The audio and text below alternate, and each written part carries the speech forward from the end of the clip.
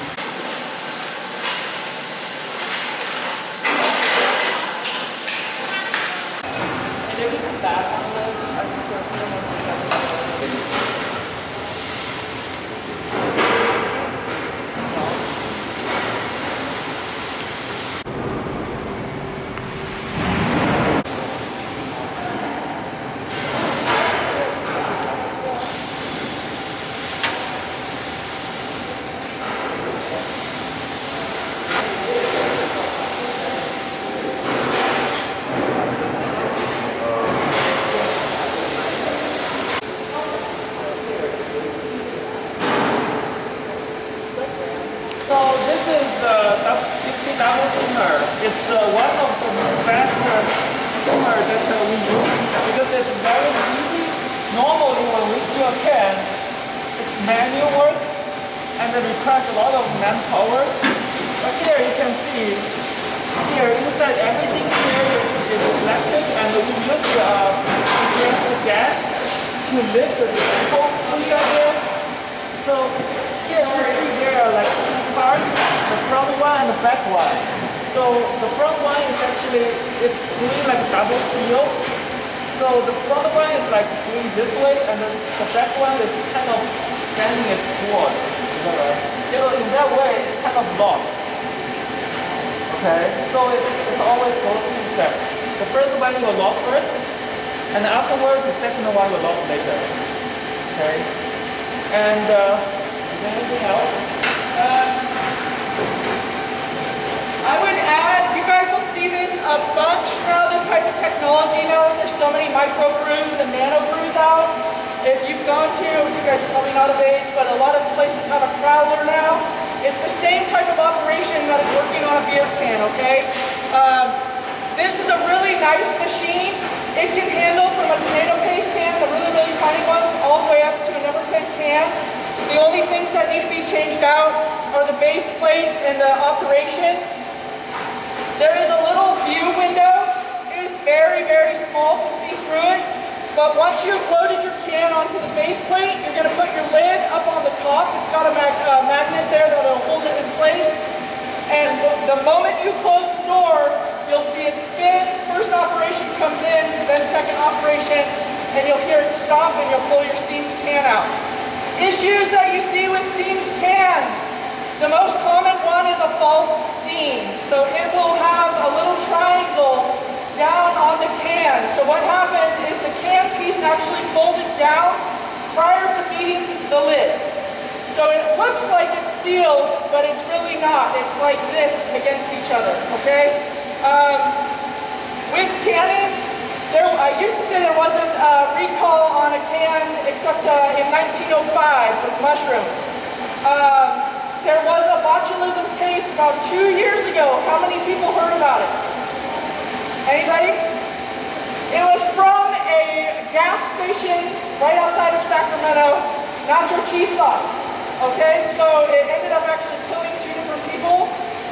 So that is what we were trying to kill and make sure that we don't see it with canning is CBOT. Okay, that's what we try and kill. Very cool piece. We're doing everything in atmospheric because our retort has overpressure. So it is able to put air on top of your sample to where when it's at a high temperature, it won't want to burst or suck in. If you have a retort that is older and does not have that function, you actually will want to pull vacuum on your can because the air that's left in the can from the headspace will blow the can up. Okay? So this does have vacuum function. It also has a gas flush function if you wanted to do a nitrogen flush or something like that prior to doing like a beer can. Okay? That's all I have. Any questions? Cool. Okay, so what did on here? It's okay. Just leave it on the can. Okay. Alright, good. So now you can close the door. Everything will go automatically. You're good. So the top can will be on the can, or you can put it up on the top. Okay, it doesn't matter. It'll seal it both ways. So everything goes. That's what. Yeah. So And a guaranteed weight. It's about 4 The crowlers are like around 2,000 to 3,000. But you'll see pretty much any piano or micro brew is in that price range. okay. Good? Awesome. Okay. Okay.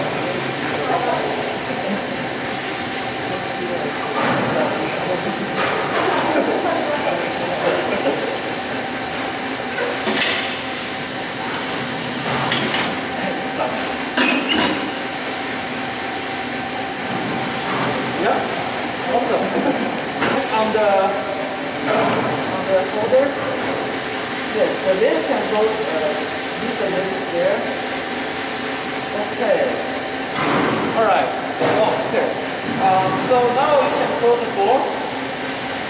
If you guys want to watch it, you can watch through this small window. Okay, I think it's done. Very fast. You flip it over. We're going to load your cans into the basket. It is a still cook. The basket is not going to be moving or rotating, but we will place the cans in here and then we'll start the run. So I have all of the utilities on right now. Once the cans are loaded, we'll lock the door and then we'll start the process. Okay? So once you guys have Sharpied it, go ahead and place your cans down inside. With these 60s, so there's actually a lot of room for improvement in cans.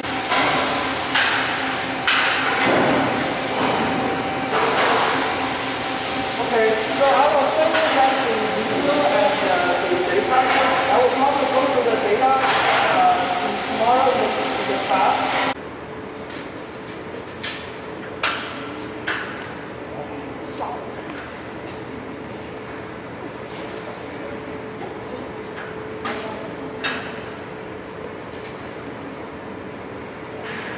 And something I'm going to do, I'm going to have it where the thermocouple is on the bottom.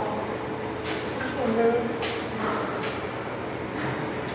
this to the bottom one third of the can. Okay. And then we're just going to close this.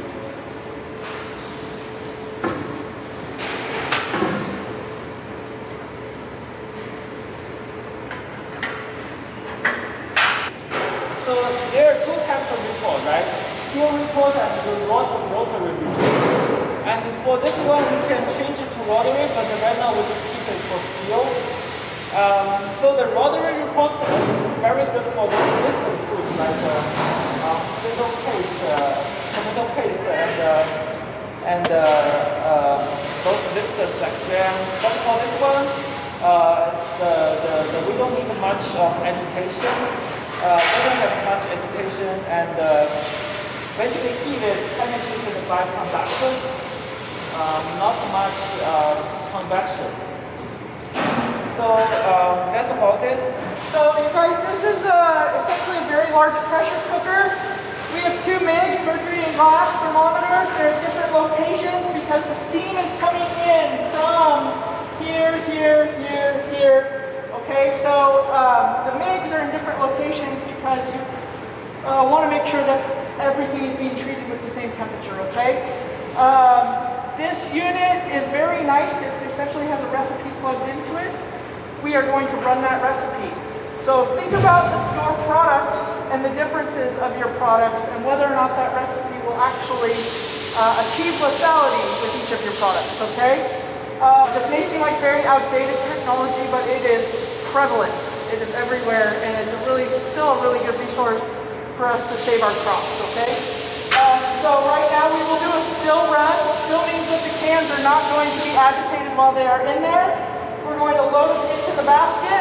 We're going to lock the door. The computer is the brain that runs the equipment. So once we have locked the door, it'll allow us to start answering the process questions. We're going to do about a 14.5-minute process. It takes over an hour and a half, okay? Because it needs to come up to temperature, hit that process temperature, run for that process time, and then do a cool down, okay? So the lethality of that product is considered during this come up temperature as well as the cool down, okay? Do you have anything else? So it goes through and asks you a series of questions. So I'm just answering these questions.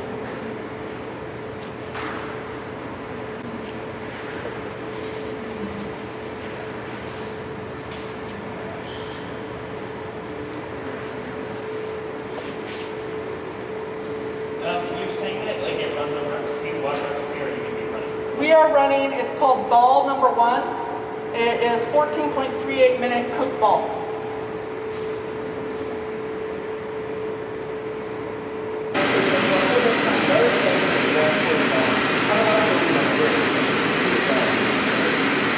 Here, everything it's doing, there's RTDs, there's a temperature set point.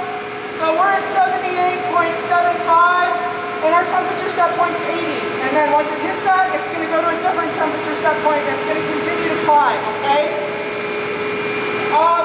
Different parts of the process, it'll ask for me to enter temperatures to verify what it is sensing, okay? So there's 2 different times the alarm will go off during this process. And then we're still in preheat mode, so that's what's taking the longest is it needs to now fill the retort with steam. Okay, that requires a significant amount of steam. Stop is before you start using it. Right there. Okay, it'll turn everything off. The Blanchard last week does not have an emergency stop. It's the valve. Okay? There's a school, it's called Better Process Control School, to where you need to learn all about retort, what type of retort you have, whether it's continuous, whether it's a batch operation. And you are tested. It is held by every state has a school. Some of it's a little different, but if you are to operate a retort, you need to take that class and pass. So my previous position, an inspector comes out and tests you on your piece of equipment, okay? So the folks in the industry have to take that test. And if something changes on their retort, they need to go back to the clients. It is a law, okay? This is a very small retort. There are retorts that are very, very vast. Things to be conscientious of. If you ever get bored and go on to OSHA and look at incidents that have happened, retort incidents are pretty prevalent, okay? So really be conscientious if there's 2 operators that you know where that other operator is. Oh yeah, is there like a continuous retort? It is. It's a really cool one. I'll show you a graphic I have of it. Okay. It's can going in, but then it has, it essentially will go through this retort, and then on the other side of the wall is when it comes out. Oh. So you'll see it a lot in tomato processing. Okay, so the It's like this close. Oh. So it's constantly like, it's, imagine, like, I can draw it. Imagine this is the opening, and it's just constantly closing. Do you know what I mean? So as it's turning, that's creating the opening and the close. Oh, I see. So every part is sealed. Every part is still sealed. This is really cool. I'll find a graphic. I have it in my Better Process Control notes. Great. So I can share with us. Yeah, it's a really, I think I've only seen it in a tomato plant. Okay. Like, bumblebee, like tuna's usually back. Okay. I know that. Things to point out is this is documenting the temperature, okay? So this will pair with what you see in the cans, but keep in mind, this is temperature of the retort, not of the can. So this is verifying the process, but if this process was meant for diced tomatoes in a certain can size, if you didn't put the right dice size, or it's too big of a can, you potentially under-processed or over-processed your product. Over-processed, nobody cares, it's not a legal issue. Under-processed, you are potentially really hurting somebody.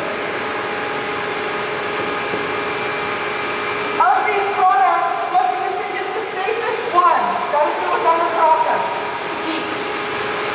You have lentils, spinach, carrot, or diced tomato. Which one do you guys think? One of the main things you learned in 125.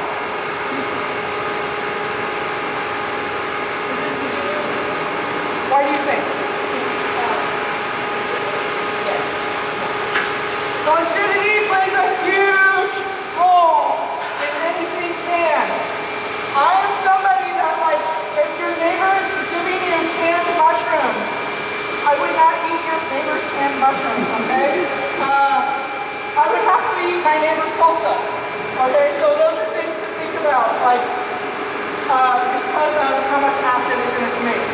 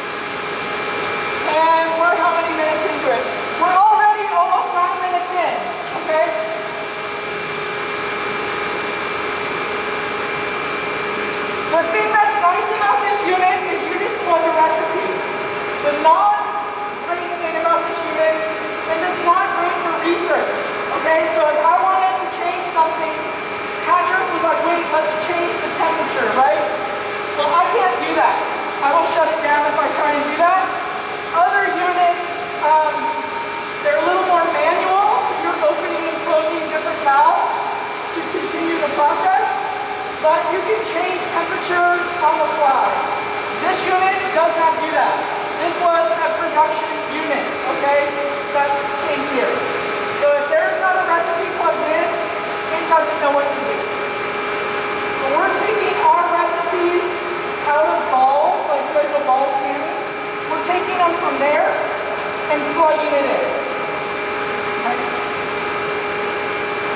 Sorry, I keep crossing. So the retort has finished its run. We have disabled the door lock, and now we're going to open the door.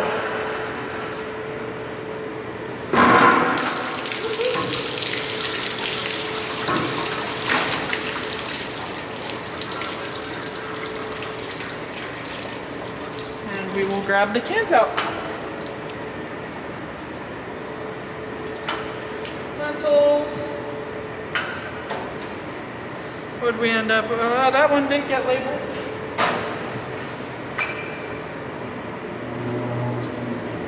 Baby carrots and spinach. And that is it. So we leave this open so that it's allowed to dry out overnight. And we will open the cans, pull the data loggers, and get the data. The first one is the Group 1 lentils. Okay, I'm going to open it.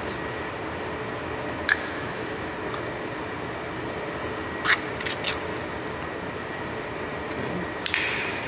So here's the data trees and the can.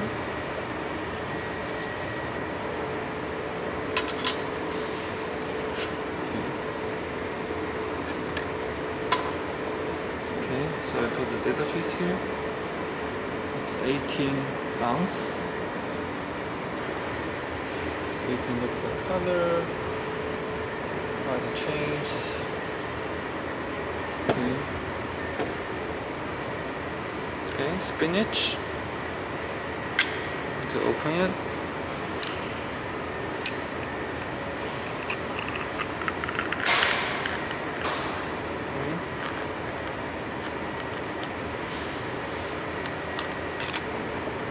Oh, the color changed.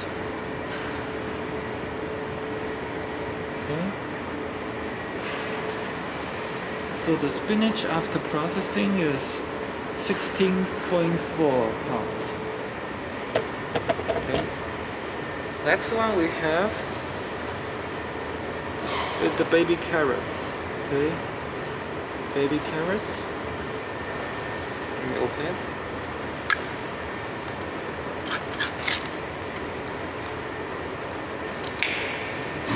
Great. Let's take a more close look. The color. Okay. So the baby carrots after processing, it's 17.4 ounce.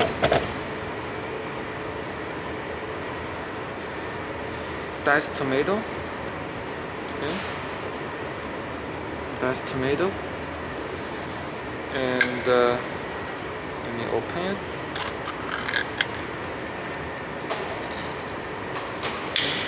Wow. It's a diced tomato after processing.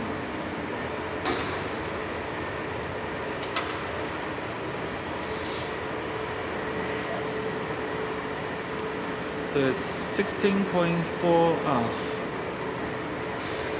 Before we finish, let's take a view of how they look.